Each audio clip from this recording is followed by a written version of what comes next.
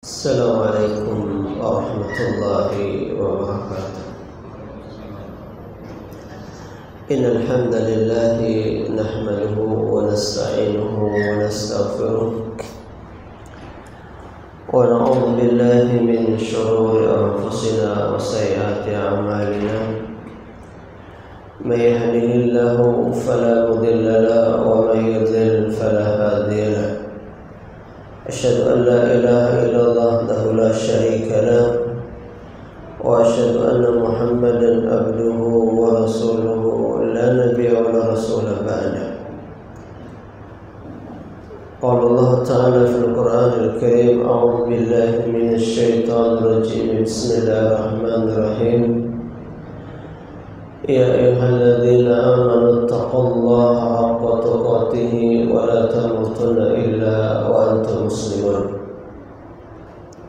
وقال أيضا: يا أيها الناس اتقوا ربكم الذي خلقكم من نفس واحدة وخلق منها زوجها وبث منهما رجالا كثيرا ونساء واتقوا الله الذي تساءلون به والأرحام إن الله كان عليكم رقيبا.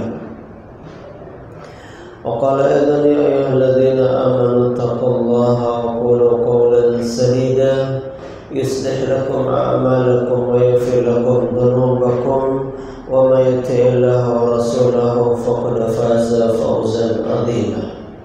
أما بعد فإن أصدق الحديث كتاب الله وخير الهدي محمد صلى الله عليه وسلم وشر الأمور محدثاتها وكل محدثة بدعة وكل بدعة ضلالة وكل ضلالة في النار.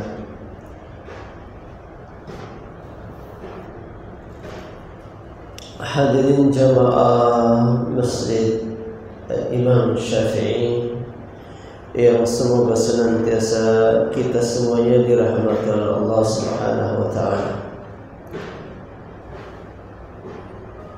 Alhamdulillah, kita bersyukur kepada Allah Subhanahu wa taala atas pertemuan ini sehingga kita bisa sama-sama mengingat Allah Subhanahu wa taala. Karena majelis ilmu adalah majelis yang menyuburkan iman kita. Jadi hadirin rahmatul Allah Subhanahu wa taala, sekitar 2 bulan yang lalu kita sama-sama puasa, kemudian diakhiri dengan salat Idul Fitri. Kemudian sekarang tidak lama lagi kita akan masuk ke dalam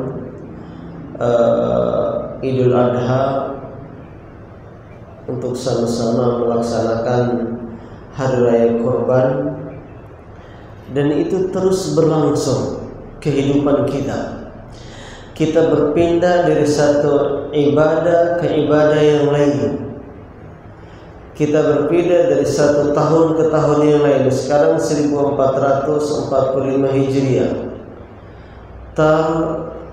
Selesai Idul Adha, masuk ke dalam tahun berikutnya 1446 Hijriah. Itulah kehidupan manusia terus berlanjut sampai pada akhirnya dia harus meninggal. Makanya nasihat ana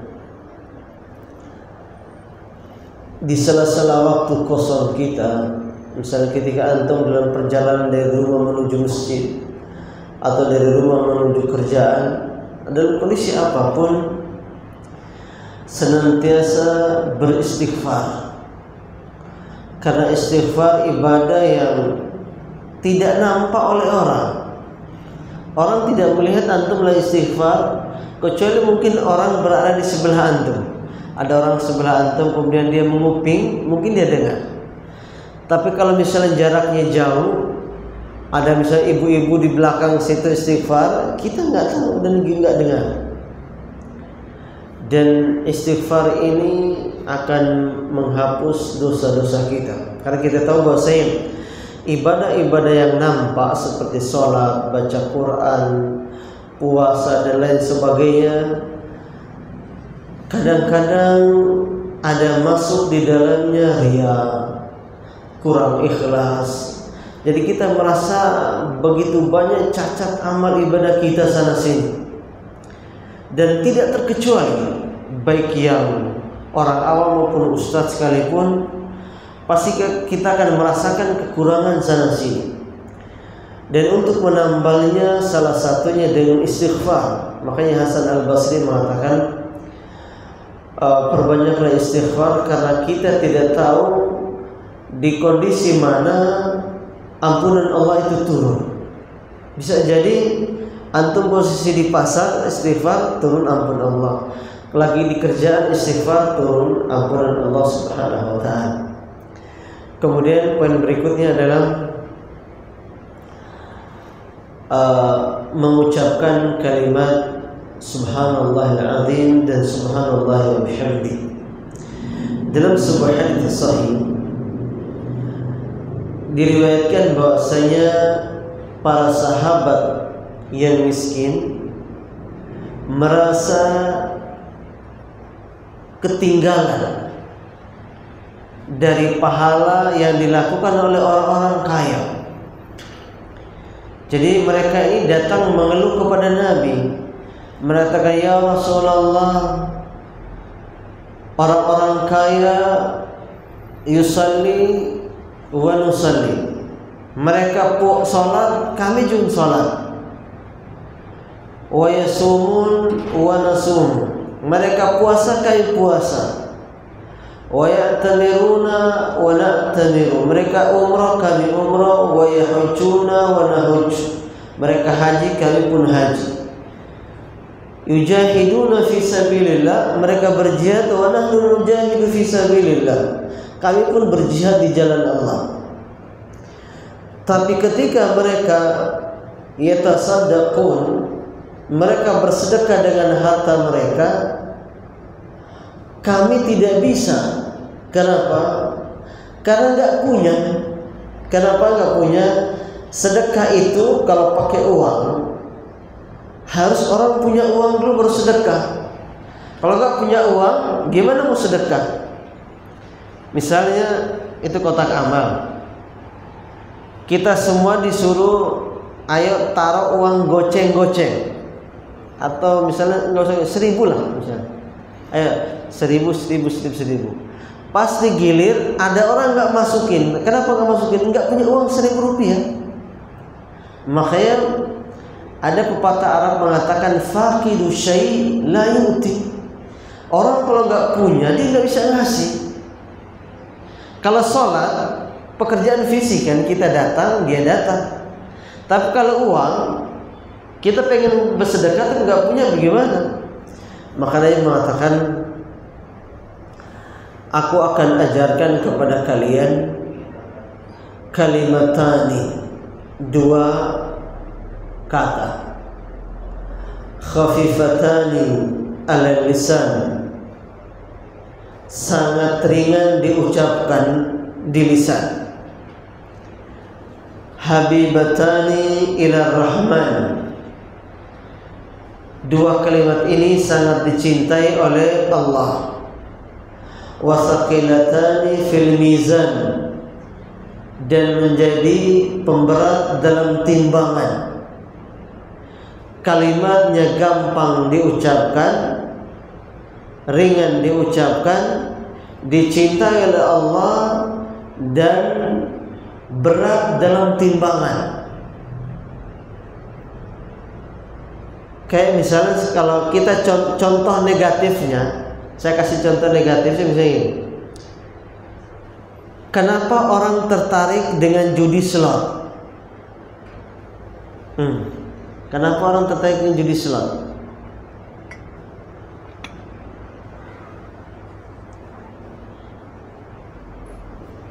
Karena biasanya dia pasang atau top up kecil, tapi kalau sekali menang gede. Anak saya ada kenalan, dia kerjaan main judi slot. lagi sibuk main slot ya. Iya. Berapa top upnya? Kata dia 500 rupiah apa ya? 500 rupiah kecil. Bukan 500 rupiah. Jadi dia yang main kecilan. Terus saya tanya kalau kalah bisa, saya nggak mau lanjut lagi karena saya khawatir ketagihan. Kata dia begitu. Terus dapat nggak 500 rupiah? Dapat. Kadang misalnya top up.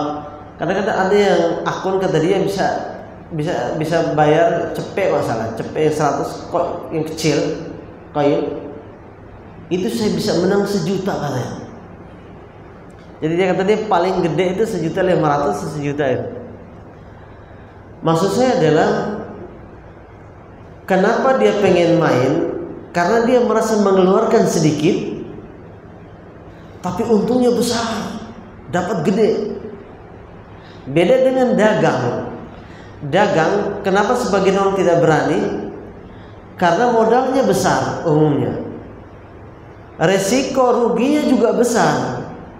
Artinya kalau seandainya memang langsung untung, bisa untungnya gede. Kalau tidak ya sudah rugi.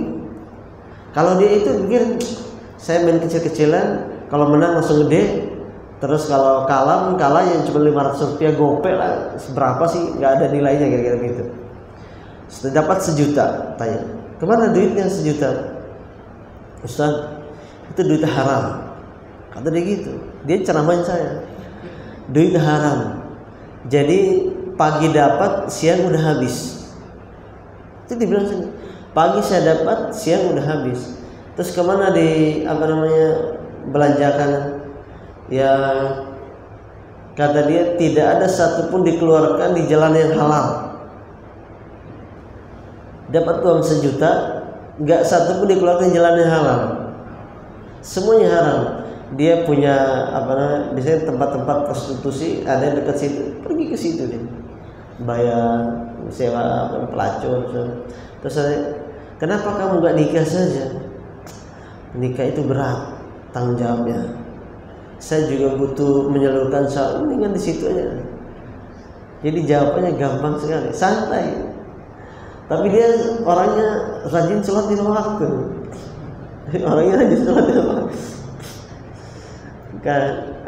Emang kadang manusia itu gak ada uniknya. Memang dia akrab sama adiknya, bukan akrab, sebenarnya dia sering kadang bantu gitu. Makanya dia bilang suka dikasih nasihatin begini. Tapi memang dilihat dari latar belakangnya juga, beliau bisa hadir di dunia juga lewat perzinahan orang tuanya. Kemudian setelah itu ditinggalkan. Jadi sebatang kara, hidup sendirian dari kecil. Ya kalau makanya subhanallah, Islam mengharamkan sesuatu kecuali akan melahirkan kemudorotan. Nah, maksud saya kalimatani khafifatani ala lisan thaqilatani fil mizan wa habibatani ila rahman. Kata-kata yang sederhana yaitu subhanallahil azim dan subhanallahi wa bihamdi. Ucapkan itu akan menjadi pemberat timbangan dan bisa jadi menjadi penyebab orang masuk surga hanya kalimat itu. Mungkin sholat yang puluhan tahun banyak cacat tinggal diterima, tapi kalimat itu membuat dia masuk surga Allah. Anda ingat ada seorang syekh cerita di sebuah masjid setelah sholat asar, imam lagi zikir setelah sholat asar. Tiba-tiba di saf depan ada kakek bapak-bapak udah tua 70 tahunan maju ke depan ngomong sama imam, katanya alimni syai'an, ajarkan kepada saya sesuatu yang bisa saya amalkan. Maka sang imam tadi kaget, apa yang mau saya ajarkan?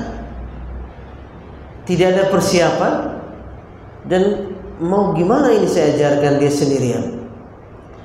Terus kata imamnya, tunggu, imam berfikir, kemudian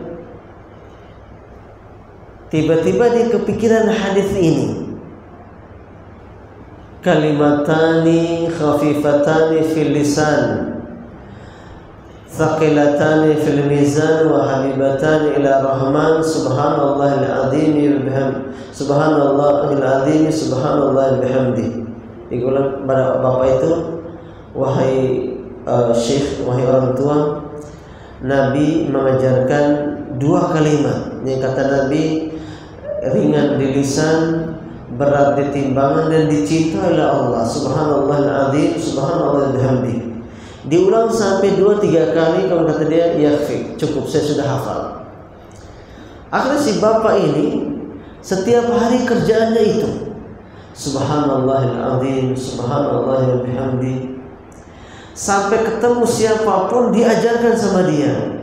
Bisa ketemu sama fulan, u'allimuka, saya akan ajarkan kepadamu kalimat yang Nabi ajarkan kepada para sahabatnya. Kalimatani khafifatani fil lisan thaqilatani fil mizan wa habibatani ila rahman subhanallahil azim subhanallah bihamdi. Akhirnya setiap orang diajarkan, dihafal-hafal sama mereka. Lagi sebutkan pada akhirnya orang ini meninggal dalam keadaan husnul khotimah menurut orang-orang yang melihat. Karena kalimat ini kelihatan sepele tapi diucapkan. Sering ucapkan kalimat subhanallah, subhanallah, gitu aja. Sendirian kan orang nggak dengar. Kemudian sahabat tadi yang meminta doa itu, akhirnya mereka amalkan. Mereka mengamalkan kalimat doa yang subhanallah azim subhanallah bihamdi. Kemudian didengar oleh Abu Bakar, didengar oleh Utsman, didengar oleh Abdurrahman bin Auf. Orang-orang kaya dari kalangan sahabat ikut mendengar dan mereka mengamalkan. Akhirnya orang-orang miskin ini protes lagi. Dia sholat, kami sholat, dia puasa, kami puasa, dia zakat, kami zakat, dia jihad, kami jihad. Sekarang zikir yang kami amalkan, mereka ikut amalkan. Berarti pahalanya sama juga nih. Apakah ada amalan lain? Kalau kita gitu, misalnya antum di jalan kadang-kadang orang gitu, lihat kita jenggot panjang, Pak Ustaz, bagi amalan dong. Amalan apa? Pikir ini orang sakti kayaknya sudah bagi amalan. Apa yang mau dibagi? Kayak kemarin itu saya disuruh imam, saya imam, bagian saya Senin sampai Selasa. Pas mau sholat Isya, ada jamaah datang, Pak Ustaz, tolong ya habis Isya kirim Al-Fatihah kepada si A, kalau salah kata lagi koma. Gimana ini? Seharusnya ustadznya bukan diperintah, tapi diapain? Ditanya dulu, Ustaz boleh nggak sih ngirim Al-Fatihah setelah ini? Atau apa yang harus kita lakukan terhadap orang sakit ini? Dia langsung tek, Anda mengirim, tolong kirim Al-Fatihah. Setelah salam saya tanya, siapa yang tadi ngirimnya? Oh ini, katanya saya, Pak Ustaz. Saya bilang, bisa nggak kita ganti dengan doa yang lain? Jangan kirim Al-Fatihah. Kalau mau Al-Fatihah, ada orangnya di situ baru kita bacain.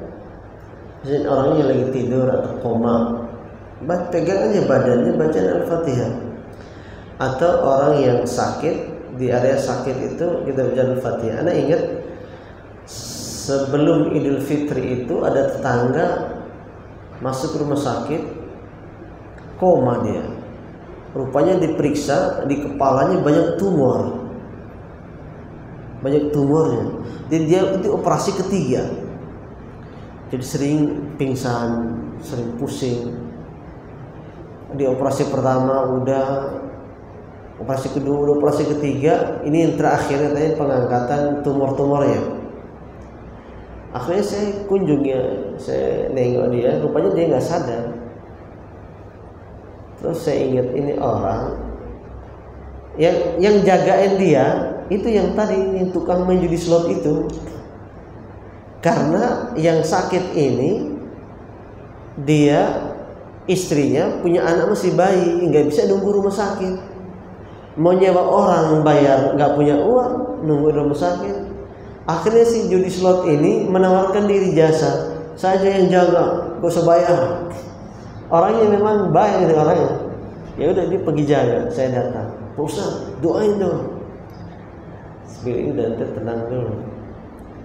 Akhirnya saya pegang kepala yang sakit, baca Al-Fatihah. Kata dia, besok pagi dioperasi. Ya mudah-mudahan sukses lah. Akhirnya operasi, katanya tumornya diambil-ambilin satu-satu sampai habis. Kemudian dijahit lagi. Seminggu kemudian, 2 minggu kemudian dia keluar. Sekarang udah sehat, main futsal lagi sama anak, main bola lagi ini orang. Terus saya tanya, waktu datang kenal nggak? Nggak kenal, nggak sadar. Padahal kita ketemu ngobrol sama dia, itu menunjukkan dia sakit. Maka hadirin dirahmati Allah Subhanahu Wa Taala, di pembukaan ini saya pengen menyebutkan itu istighfar sama doa yang kayak subhanallah azim wa bihamdi, atau baca doa Nabi Yunus, la ilaha illa anta subhanaka inni kuntu minadh dhalimin. Kita hendaknya membasahi lisan kita dengan kalimat-kalimat pendek tapi sangat bernilai di sisi Allah Subhanahu wa taala. Karena kita tidak tahu kapan kita meninggal. Memang yang paling mendekat tentu usianya lebih tua, kalau kata hitungan umur ya. Tapi kan tidak tahu, bisa jadi yang kita muda-muda pun bisa saja akan meninggal dunia lebih cepat daripada orang yang usianya lebih tua. Tapi hadirin dirahmati Allah Subhanahu wa taala, hari ini saya pengen bawa kajiannya tematik ya, tidak riyadhus shalihin. Saya pengen membahas tentang manhaj salafus saleh. Jadi mengenal manhaj salafus saleh, karena ini sangat penting. Manhaj salafus saleh adalah kapal yang harus kita tumpangi ketika ombak datang dengan kencang menghantam kapal-kapal yang ada. Maka kita harus tetap berada di atas manhaj yang benar. Manhaj ini yang sering dituduh dengan Wahabi, bahkan sebagian dengan takfiri. Tapi kita perlu mengenal, memahami manhaj ini agar kita bisa beribadah dan kita bisa memastikan bahwasanya insya Allah ibadah kita di jalan yang benar dan diterima oleh Allah Subhanahu wa taala. Manhaj itu bahasa Arab, dari nahaja yanhaju, nahjan wa huwa nahijun wa dzaka manhujun, inhaj la tanhaj manhajun manhajun minhajun. Artinya at-tariq, jalan, at-tariqul wadih, jalan yang terang. Metode atau metodologi dalam beragama. As-salafus saleh, salaf diambil dari kata dan diambil dari ayat Al-Quran ataupun dari hadis Nabi Sallallahu Alaihi Wasallam. Salaf secara bahasa artinya terdahulu atau yang lampau, sebagaimana Allah sebutkan dalam Al-Quran, wa an tajma'u bainal ukhtaini illa ma qad salaf. Jadi ada kalimatnya salaf di belakang tadi. Wa an tajma'u bainal ukhtaini illa ma qad salaf. Menggabungkan dua istri.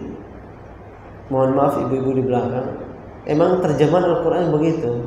Jangan protes ya. Wa an tajma'u bainal ukhtaini illa ma qad salaf.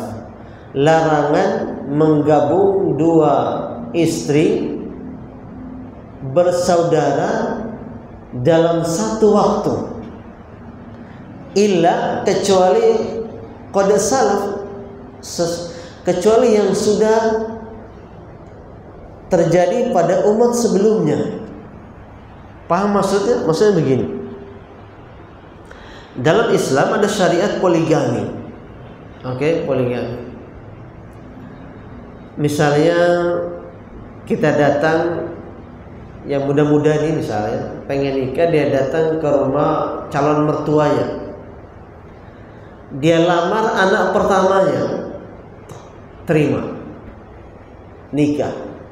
Rupanya anak pertama ini yang dia nikahi punya adik 5 misalnya, adiknya cewek semua. Ada nggak kemungkinan dia tertarik dengan iparnya? Iya, bisa saja. Ya kan, Anda menikahi empoknya, kemungkinan Anda tertarik dengan saudaranya atau kakaknya, adiknya, bisa iya. Apakah boleh dia bisa melamar adik nomor 2-nya sekaligus menikahi dalam satu waktu? Jawabannya apa? Haram hukumnya. Kecuali yang telah terjadi di masa lampau. Di zaman Nabi terdahulu syariatnya beda. Boleh nikah, boleh menggabungkan dua istri, kakak dan adik dalam satu waktu pernikahan. Kalau dalam syariat Islam, dalam agama Nabi Muhammad, boleh, tapi harus cerai dulu atau meninggal dulu istri. Misalnya istri pertamanya meninggal dunia atau diceraikan, boleh dia nikah lagi dengan saudari dari mantan istrinya. Seperti di zaman Nabi Adam alaihissalam, nikah sama saudara sendiri kan, yang laki nikah sama perempuan kakak adik, karena itu syariat syar'u man qablana. Dalam ilmu fikih itu disebutkan itu syariat orang terdahulu, tidak mesti kita ikuti. Karena saya ada orang nikah sama saudarinya, terus ini syariatnya Nabi Adam, syariat Nabi Adam. Ada juga, saya juga Habib, karena turunan siapa nih, marga apa? Habib, turunan Nabi siapa? Nabi Adam. Ya, kalau gitu kita semua Habib nih. Kita semua turunan Nabi Adam kan. Jadi ada syariat, ada aturan yang berlaku di zaman dulu tidak berlaku di zaman sekarang atau dalam Islam. Disebut dengan ilama pada salaf, kecuali yang telah terjadi. Kata salaf diambil dari itu. Kemudian di dalam hadis Nabi berkata kepada Fatimah putrinya,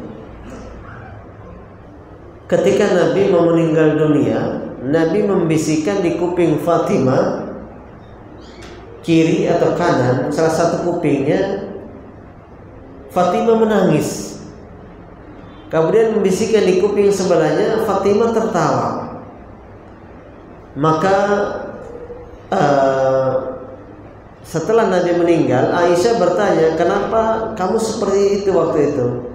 Kata Fatimah, dia membisikkan di kuping saya satu, saya menangis karena Nabi memberitahu kalau dia bakal meninggal.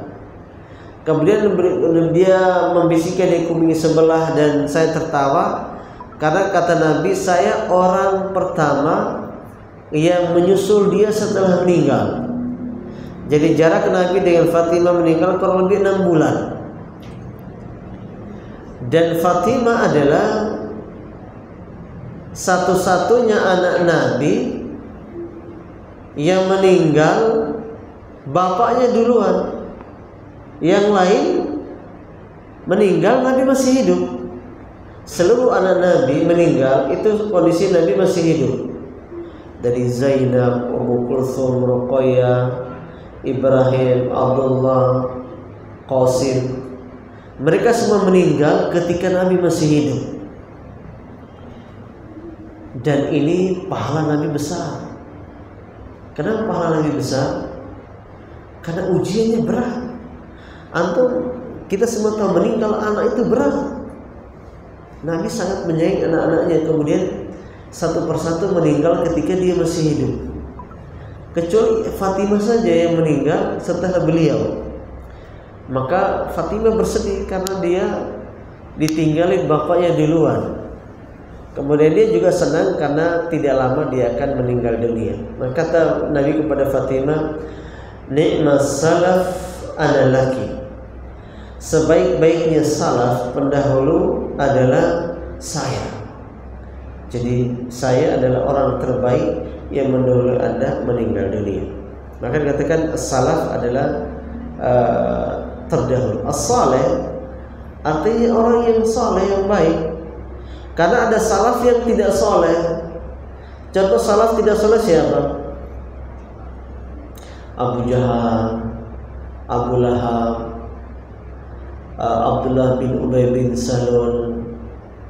Siapa lagi? Utbah bin Rabi'ah, Syaibah bin Rabi'ah, Al-Walid bin Utbah,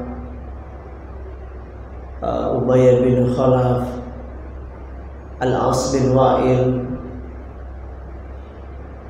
Siapa lagi? Banyak orang-orang yang salaf tidak saleh. Bukan tidak saleh lagi, kafir. Jadi ada salaf yang tidak saleh, maka kita mana salaf saleh, orang terdahulu yang saleh. Nabi SAW menyebutkan tentang pentingnya kita mengikuti manhaj salaf, karena mereka dipuji oleh Nabi, terutama dipuji oleh Allah dulu. Allah memuji mereka di banyak ayat Al-Quran. Yang pertama di surat At-Taubah ayat 100, kata Allah, وَالسَّابِقُونَ الْأَوَّلُونَ مِنَ الْمُهَاجِرِينَ وَالْأَنصَارِ وَالَّذِينَ اتَّبَعُوهُمْ بِإِحْسَانٍ رَضِيَ اللَّهُ عَنْهُمْ وَرَضُوا عَنْهُ وَأَعَدَّ لَهُمْ جَنَّاتٍ تَجْرِي تَحْتَهَا الْأَنْهَارُ خَالِدِينَ فِيهَا أَبَدًا ذَلِكَ الْفَوْزُ الْعَظِيمُ. وَالسَّابِقُونَ, dan orang-orang yang terdahulu. Al-awwalun, sabiqun al-awwalun, orang-orang terdahulu. Yang pertama, minal muhajirina, dari kalangan orang-orang muhajirin. Apa itu orang-orang muhajirin? Adalah orang-orang yang pindah dari Mekah ke mana? Ke Madinah. Ada Abu Bakar, ada Umar, ada Utsman, ada Ali. Itu mereka adalah sahabat-sahabat yang datang dari Mekah menuju Madinah, yang disebut dengan muhajirin. Kemudian wal ansar, dan orang-orang terdahulu masuk Islam dari kalangan Ansar. Ansar ini penduduk asli kota Madinah yang mereka masuk Islam. Di antara sebabnya adalah dakwanya Mus'ab bin Umair. Di antara contohnya Sa'ad bin Ubadah, Sa'ad bin Mu'adz, kemudian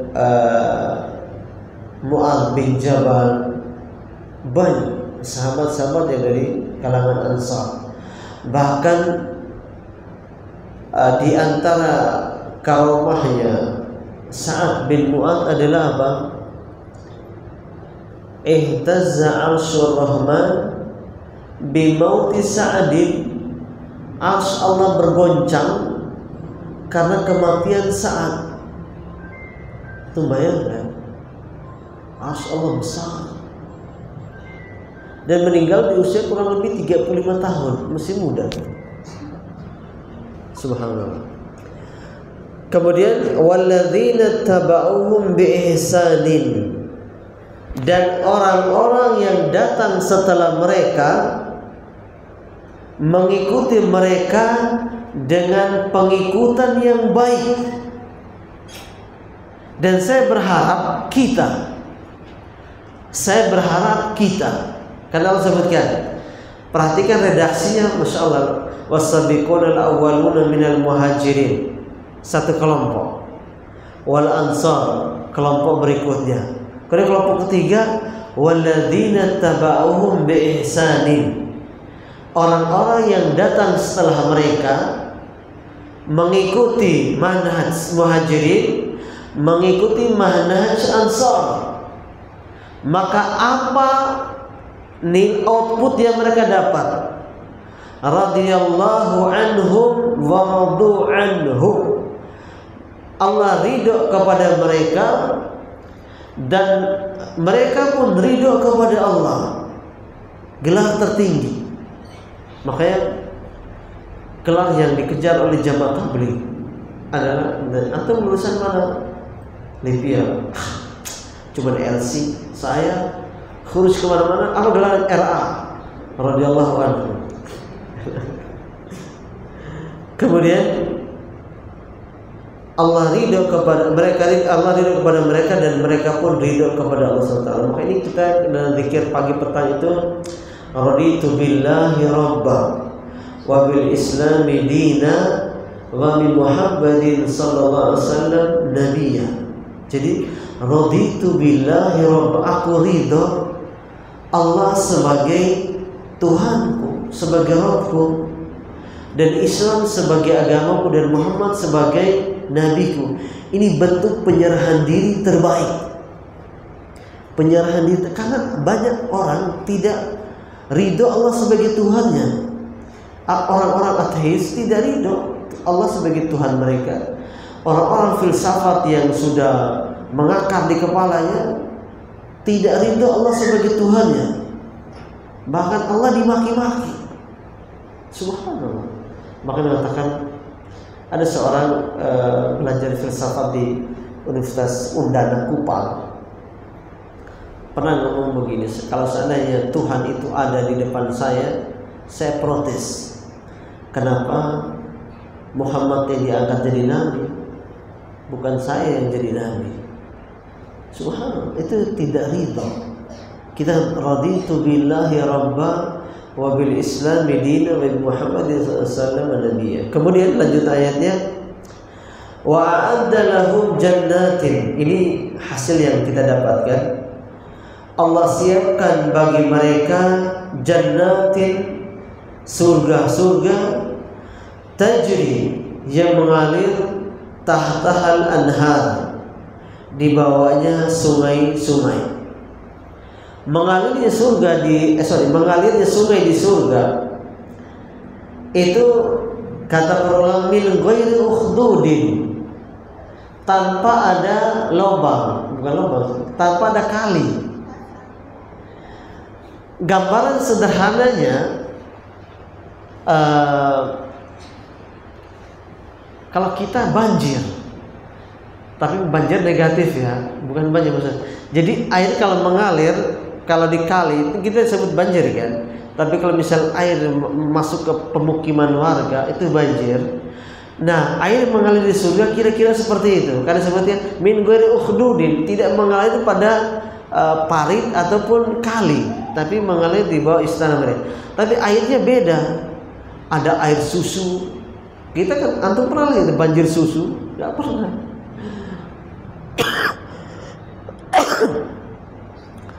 Air madu, apalagi air khamr, luar biasa. Dan istananya istana yang intinya tuh bayangin yang berkelas lah. Pokoknya tempat-tempat yang mewah. Tapi tentu nggak bisa dibayangkan dengan pendekatan indera kita, nggak nyampe.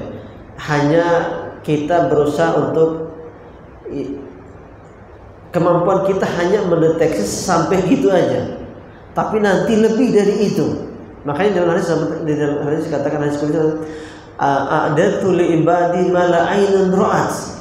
Aku siapkan surga dengan keindahan yang tidak pernah dilihat oleh mata, wala udhunun sami'at, tidak pernah didengar oleh kuping, wala khatarun ala qalbil bashar, tidak pernah terbetik di hati manusia. Jadi benar-benar wow gitu. Antum bayangkan, saya bayang gini, surga itu kan ada pintunya, pagarnya, yang bukan dari Muhammad. Ketika dia buka pintu, kemudian kita berhamburan masuk menuju istana kita. Mungkin di antara kita ada yang mungkin terperangah, mungkin pelangak, karena dia pun belum pernah melihat sebelumnya betapa indahnya. Kalau seindah-indahnya apa yang di dunia, itu ada pembanding. Ada pembanding. Bisa saya katakan, kalian tahu nggak? Di dekat rumah saya ada perempuan sangat cantik. Antum mungkin biasa aja kan? Antum akan mungkin seperti si A di tetangga saya juga lebih cantik. Bahkan mungkin lebih cantik tetangga saya. Kenapa bisa begitu? Karena ada pembanding. Antum pernah melihat. Tapi kalau kita sebutkan yang belum pernah melihat sama sekali, maka ini menakjubkan dan luar biasa. Maka Allah siapkan apa?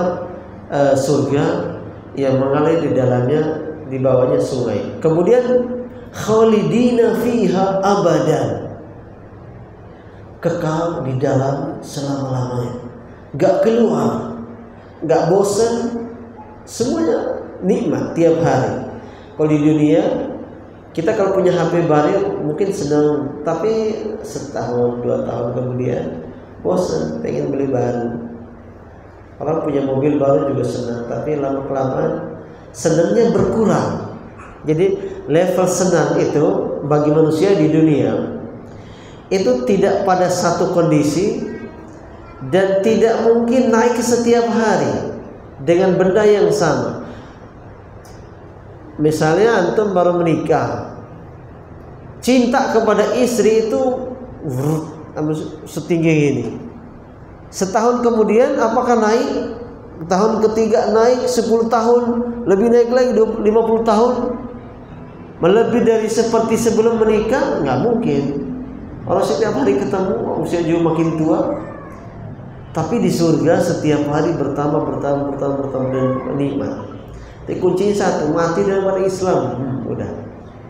Kemudian kata Allah lanjutan, "Dzalikal fawzul 'adzim." Dan itu adalah kemenangan yang besar.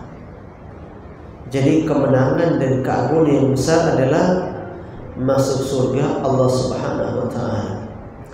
Dan ini mindset yang perlu kita ubah, karena sebagian orang yang kita temukan di media sosial, mereka anggap orang yang sukses adalah orang yang banyak uang. Makanya misalnya antum lihat ada konten kreator bikin konten, komentarnya biasanya bismillah, semoga saya seperti dia.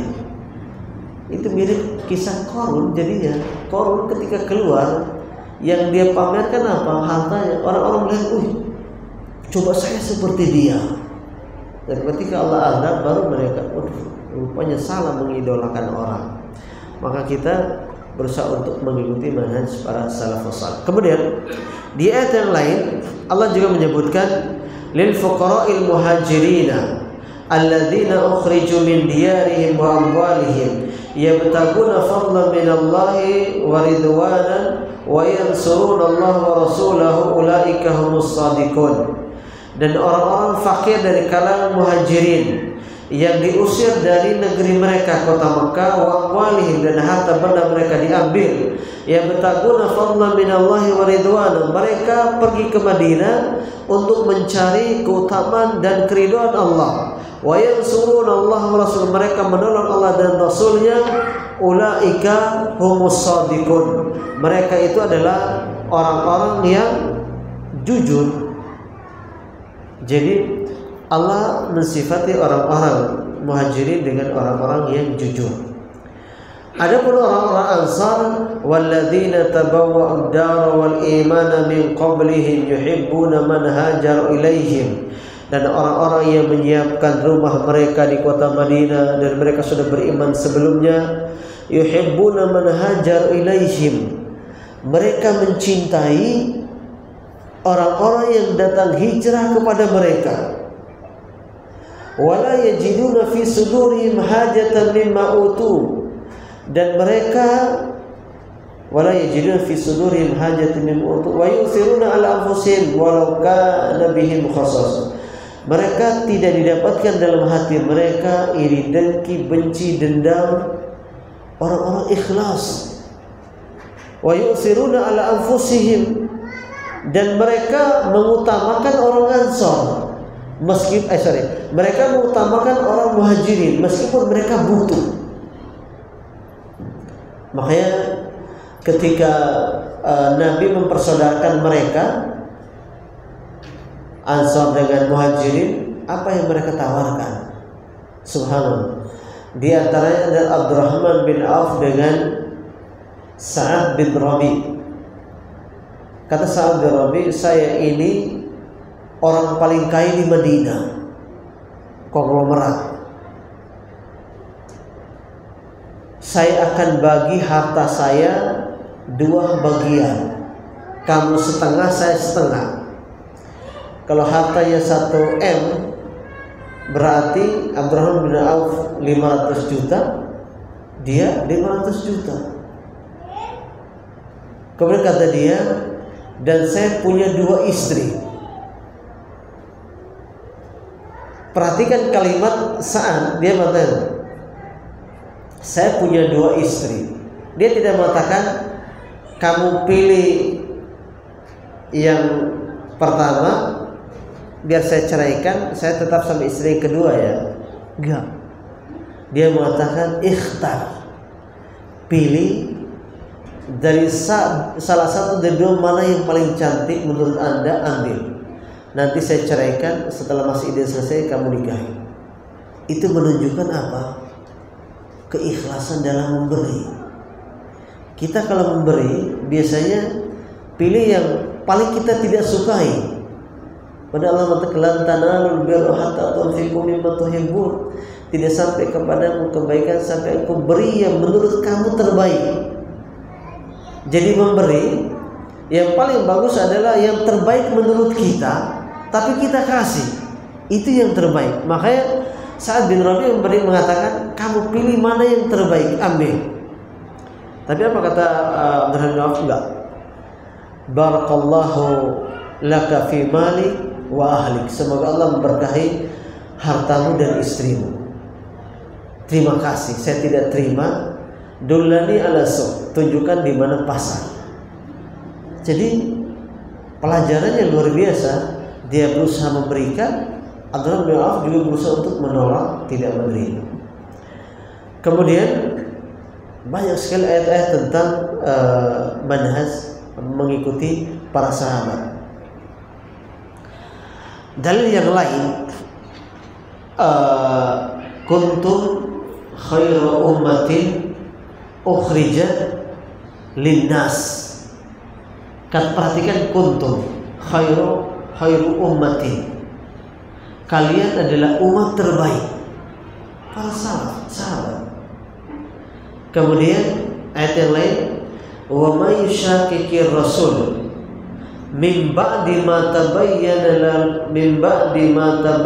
lahul huda wa yattabi' ghayra sabilil mu'minin nuwallihi ma tawalla wa nuslihi jahannam wa sa'at masira. Allah sebutkan dalam surat An-Nisa ayat 115, wa may yushaqiqir rasula, barang siapa yang menentang rasulnya Nabi Muhammad. Jadi Nabi Muhammad ditentang. Ini orang-orang yang zaman sekarang paling banyak, paling sering memprotes hukum Nabi. Min ba'di ma tabayyana lahul huda, setelah terang dan jelas kepadanya petunjuk. Wa yattabi ghayra sabilil mu'minin, dan mengikuti jalan selain jalan kaum mukminin. Perhatikan, sabilil mukminin adalah maksudnya apa? Jalan orang beriman. Siapa orang beriman yang dimaksud dalam ayat itu? Para sahabat. Nuwallihi ma tawalla, kami palingkan ke arah mana dia berpaling, wa nuslihi jahannam, kami lemparkan dia ke dalam neraka jahannam, wa sa'at masira, dan jahannam adalah seburuk-buruknya tempat kembali. Jadi sabilil mu'minin ini maksud adalah salaf, para sahabat, yang mana jalan mereka harus kita ikuti. Di dalam ayat yang lain telah sebutkan, ini ancaman ya, tadi ayat 115 An-Nisa adalah ancaman bagi siapa yang tidak beragama dengan manhaj salaf, maka dia dilemparkan ke jahannam. Sekarang kalau seandainya mengikuti manhaj salaf apa? Fa in amanu bimithli ma amantum faqad ihtadaw. Kata Allah, fa in amanu, jika mereka beriman, kita maksudnya, bimithli ma amantum, sebagaimana kalian para sahabat beriman, maka apa hasilnya? Faqad ihtadaw, maka mereka benar-benar berada di atas petunjuk. Jadi kalau kita pengen berada di atas petunjuk, apa yang kita lakukan? Beriman, beramal soleh sesuai dengan manhaj para salaf. Antum mesti ingat kan itu yang kisah yang viral beberapa waktu yang lalu soal Asy-Syu'ara. Antum tahu nggak Asy-Syu'ara tentang Ustadz Muflih Safitri dengan Al-Ustadz Ali Hidayat? Beliau menyebut tentang Asy-Syu'ara adalah surat musik. Kemudian Hasan bin Thabit adalah musisi di samping Nabi SAW.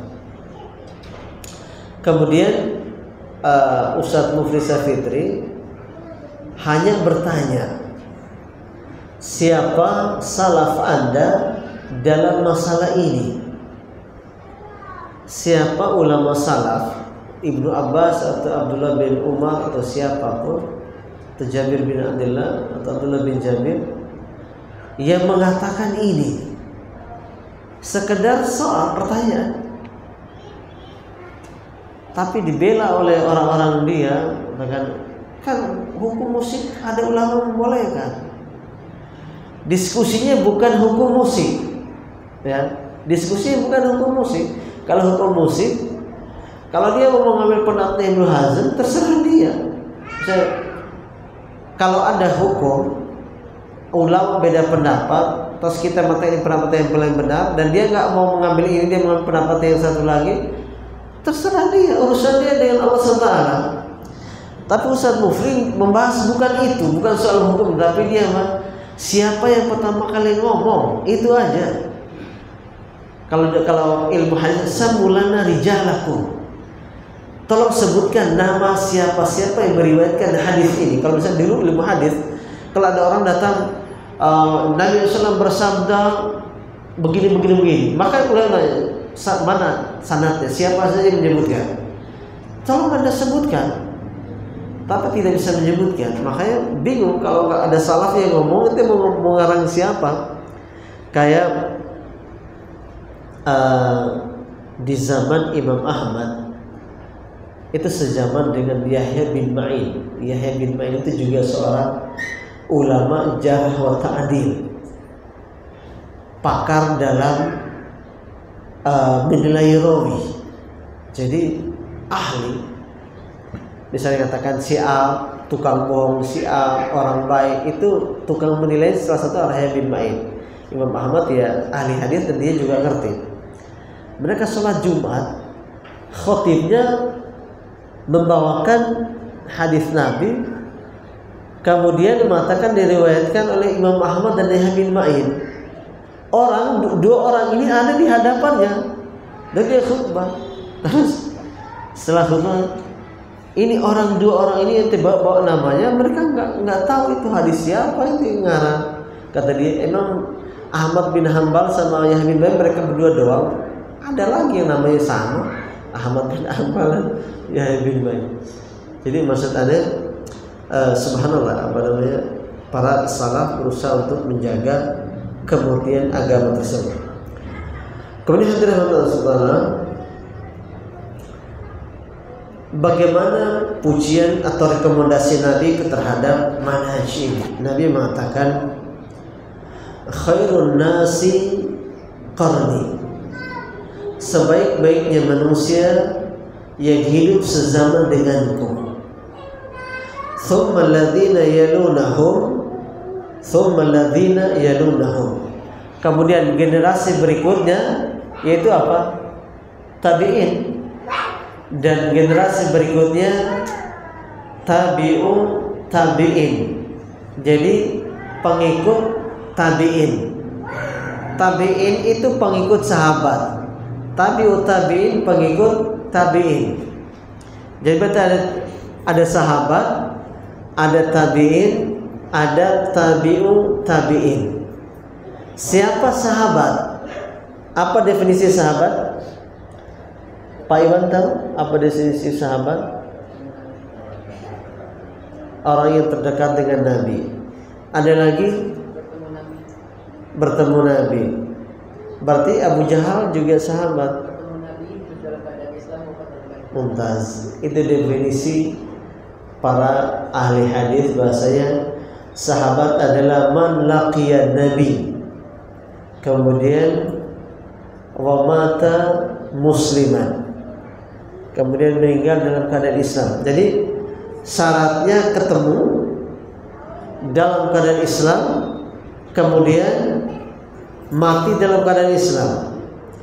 Bisa saja ketemu tapi tidak Islam, ketemu tapi tidak Islam, mati dalam keadaan tidak Islam, atau sezaman Islam tapi tidak ketemu. Contohnya siapa? Sezaman tapi tidak ketemu. Iya. Ya, itu yang di hadis disebutkan tentang. Tapi wallahu alam, apakah dia sudah lahir saat Nabi bersabda dia sudah lahir jadi sezaman, atau belum lahir? Taruhlah dia sudah lahir, maka iya, karena Nabi mengatakan sayati alaikum Uwais ibn Amir ma'a amdadi ahli Yaman min muradin thumma min qarn. Kata Nabi, akan datang kepada kalian seseorang bernama Uwais bin Amir ma'amdadi ahli Yaman. Dia bersama rombongan orang Yaman. Min qarni thumma min murad, dari suku kabilah bernama Qarn dan Murad. Maka sebutnya Uwais al-Qarni. Jadi penyandaran kepada sukunya itu Qarni. Nabi bersama seperti itu. Bisa jadi orangnya sudah ada di Yaman, udah hidup, udah muslim, tapi tidak ketemu dengan Nabi. Kemudian kata Nabi, saya ta'alaikum Uwais ibn Amir ma'amdadi ahli Yaman min murad min muradin thumma min qarn kana bihi barasun. Dia terkena penyakit sopak, penyakit yang seluruh tubuhnya putih semua. Kana bihi barasun fabari'a minhu ila mawdi'a dirhamin. Kemudian dia sembuh sesisa sebesar ini. Lahu walidatun huwa biha barun, orang yang sangat berbakti pada ibunya. Lau aqsama 'ala Allahi la barak, kalau dia berdoa Allah kabulkan. Ada orang saking solehnya itu doa Allah langsung kabulkan. Bisa jadi hari ini ada, tapi kita nggak tahu. Kalau ada kita lama-lama minta doanya gitu. Tapi kalau orang kayak gitu dia nggak berani menonjolkan diri, karena nanti orang pada datang. Kalau orang sudah pada datang, ada apalagi ada pelang di depannya, Habib Fulan doanya makbul, yang ada kotak amal di depan pasang. hancur. Makanya memang sebaiknya nggak diketahui. Kemudian berarti yang nggak ketemu dengan Nabi sezaman di antara Najasyi. Najasyi itu kan dia Muslim, tapi tidak ketemu dengan Nabi, maka dia bukan sahabat. Berarti dia tabi'in, iya nggak? Najasyi ketemu sahabat ya? Iya ketemu, karena sahabat pergi ke sana. Cuma ada orang tabi'in tapi sezaman dengan Nabi. Ini ajib ya. Kemudian berikutnya, kalau contoh sahabat banyak ya, ribuan. Contoh sahabat yang antum ketahui paling dekat dengan Nabi siapa? Abu Bakar tentu ya. Ada sahabat junior yang ajib orangnya. Siapa? Yang Nabi datang kota Madinah umurnya baru 10 tahun. Anas ibnu Malik. Anas bin Malik, Malik bin Nawar. Punya saudara Al-Barra bin Malik. Tapi dikatakan para ulama itu beda ibu. Jadi Anas bin Malik punya ibu namanya Ummu Sulaim. Ummu Sulaim itu menikah dengan Malik bin Nawar. Ketika Ummu Sulaim masuk Islam, Malik bin Nawar gak suka, kan dianggap murtad, mengikut agama Muhammad. Akhirnya Malik bin Nawar kabur. Di tengah jalan dia dibunuh oleh musuhnya, akhirnya dia meninggal. Dia punya anak lain namanya Al-Barra bin Malik. Barra bin Malik ini terlalu berani orangnya. Di zaman Umar melarang dia jadi panglima perang. Kata Umar, kalau kalian saya utus perang dalam kondisi apapun, jangan angkat Al-Barra bin Malik jadi panglima perang. Kalau dia jadi panglima perang, kalian mati semua.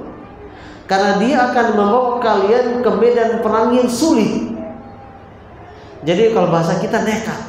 Udah kalau kita kan kalau bahasa gini, ente mau jihad, iya, ya sudah mati. Enggak usah pikir pulang. Kalau jihad kan bukan hanya itu tujuan itu.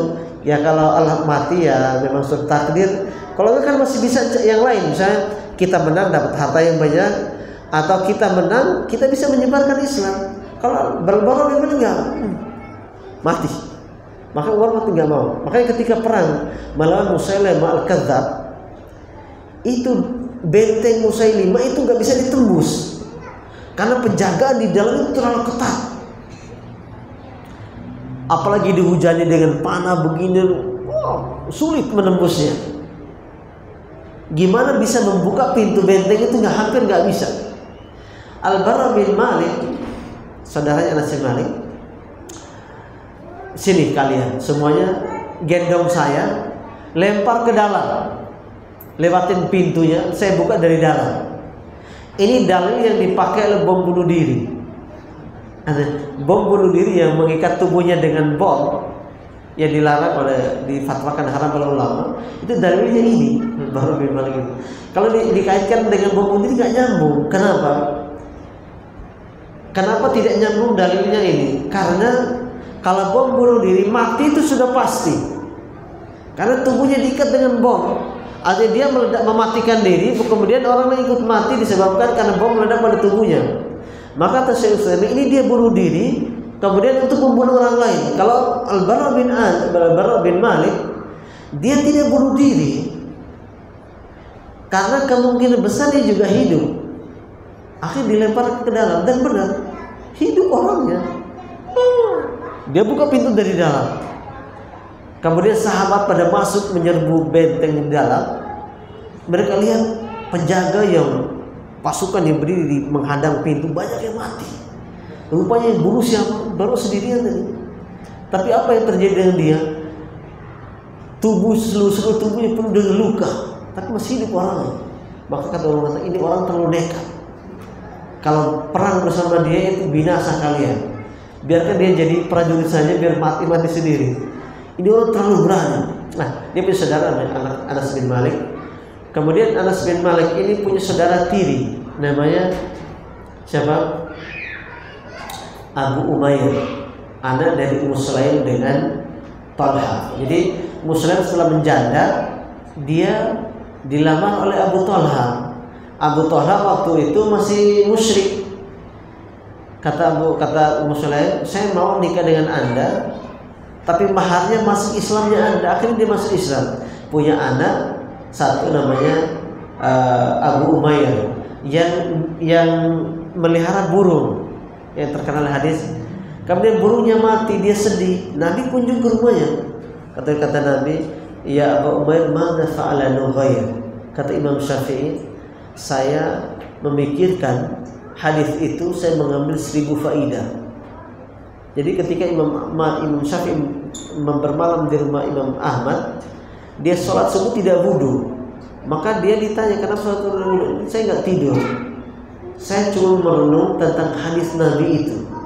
Apa yang bisa diambil dari faidah dari hadis? Kelihatannya omongannya bercanda kan? Madza fa'ala Nughair? Gimana kabar burungnya yang udah mati?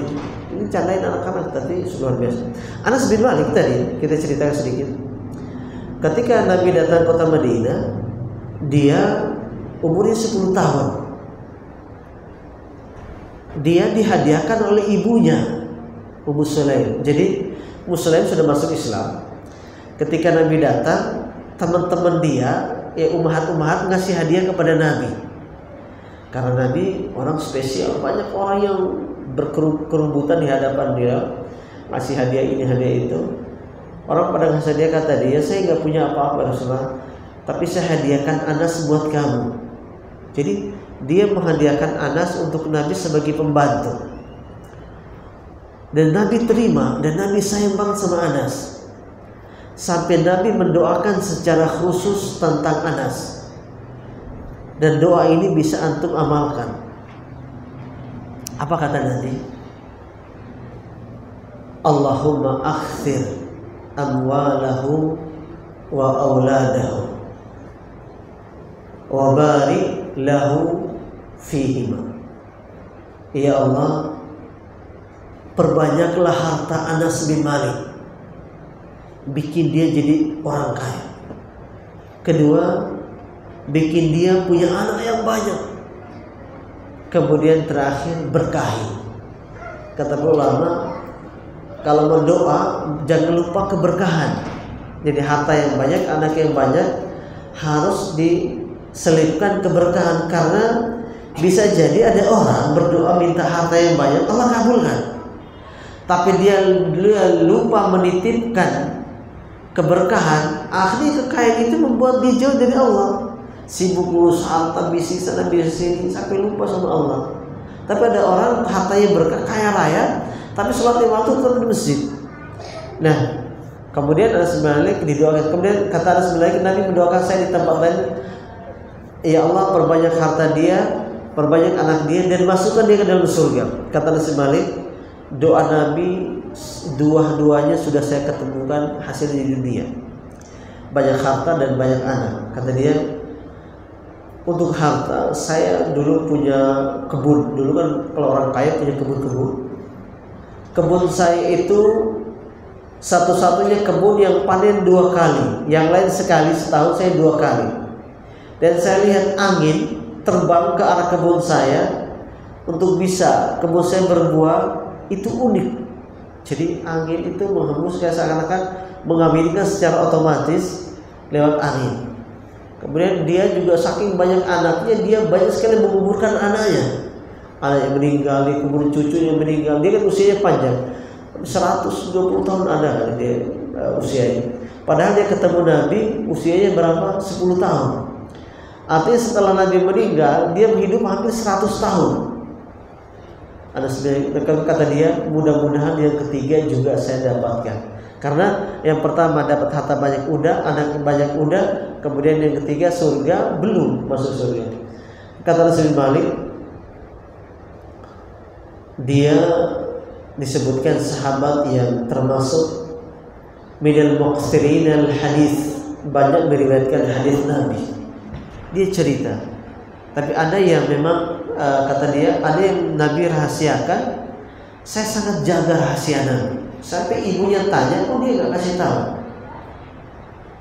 Kemudian dia mencontohi Nabi dalam urusan sholat, sampai kakinya berdarah, saking lamanya dia berdiri. Kemudian yang paling takjub disebutkan di dalam biografi Anas bin Malik adalah dia hampir setiap malam itu mimpi ketemu Nabi. Selalu didatangi Nabi lewat mimpinya. Tapi ini di kalangan salafi tidak terlalu populer. Karena mimpi hal biasa. Mungkin dia saking cinta sama Nabi jadi kerinduan yang luar biasa, dan Allah pengen dia bertemu dengan Nabi dalam mimpi, hal biasa. Tidak, tapi subhanallah, kalau seandainya dia tiap malam ketemu Nabi, berarti hampir 100 tahun dia ketemu Nabi kan, puluhan tahun sering ketemu Nabi.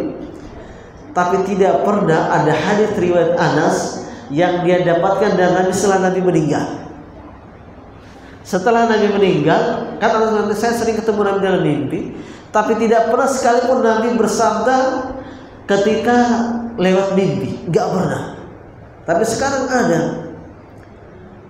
ada Al-Habib ketemu dengan Nabi, kemudian ya Rasulullah, sabda kepada saya yang belum engkau bersabda kepada sahabat, agar saya menjadi perawi tunggal. Kalau begitu caranya Anda jadi sahabat, karena perawi bertemu Nabi setiap hari. Hadisnya tentang apa? Anda pernah dengar? Hadis tentang kopi. Siapa yang minum kopi, makanya kalau para sahabat kalau kopi itu ada majelis kopi. Kemudian dia minum, selesai kopinya habis, tapi bau mulutnya masih ada kopinya, maka malaikat beristighfar kepadanya dan memohon ampun untuk masukkan ke dalam surga. Itu hadis riwayat siapa? Kalau soal mimpi ketemu Nabi, orang-orang saleh banyak ketemu, tapi tidak ada hadis khusus. Karena agama ini terputus dengan apa? Meninggalnya Nabi. Makanya ketika Nabi meninggal, ada salah seorang sahabiat menangis. Ditanya oleh Abu Bakar, kenapa kamu menangis? Apa kamu menangis karena kehilangan Nabi? Kata, saya menangis karena wahyu langit terputus. Karena Nabi kata, idza mata ibnu Adam inqata amaluhu. Kalau orang sudah meninggal, sudah selesai urusannya dia. Enggak ada ajaran baru. Kalau misalnya ada sabda baru setelah Nabi meninggal, maka banyak sekali sabda Nabi sesuai dengan perkembangan zaman kan. Ya kan? Ada masalah-masalah misalnya Palestina. Harus sudah banyak kena sabda tentang Palestina. Gimana cara solusinya? Kata Nabi, kalian semua berangkat jihad, bunuh orang Yahudi misalnya. Tapi tidak ada sabda Nabi secara khusus tentang masalah. Karena Nabi sudah meninggal, beda alam. Kemudian habis sampai mana sih? Belum ya? Berapa menit lagi? Oh, cepat sekali. Zuhur jam berapa sih? Zuhur jam 11.53. Nah, kemudian yang kedua tadi sahabat udah, tabiin orang yang ketemu dengan sahabat dan mati dalam keadaan muslim. Siapa saja tabiin? Kalau sahabat mungkin kita sudah sering dengar. Kalau tabiin, contoh tabiin siapa? Sa'id bin Musayyib. Sa'id bin Musayyib ini disebut dengan imamnya para tabiin senior, ahli fikih kota Madinah. Dia disebutkan sholat subuh 40 tahun dengan wudu sholat isya. Artinya apa? Nggak tidur malam. Subhanallah, 40 tahun tidur malam, nggak tidur, ngapain? Begadang nonton bola. Itu ibadah. Tiap malam ibadah. Allahu Akbar. Ketika membaca sejarah mereka, rasanya kita itu nggak masuk surga, beneran. Karena ibadah mereka benar-benar luar biasa. Kemudian katakan, sholat 50 tahun tidak pernah melihat punggung orang. Artinya apa? Saat pertama terus. Luar biasanya. Dia pernah menegur orang di majelisnya sholat subuh, sholat sunnah setelah subuh. Habis ya? Udah bunyi. Oke, itu saja yang bisa saya sampaikan. Insyaallah pada pertemuan yang akan datang baru kita mulai lagi di Riyadhus Shalihin. Syukran jazakumullah khairan ala husni istima'ikum. Assalamualaikum warahmatullahi wabarakatuh.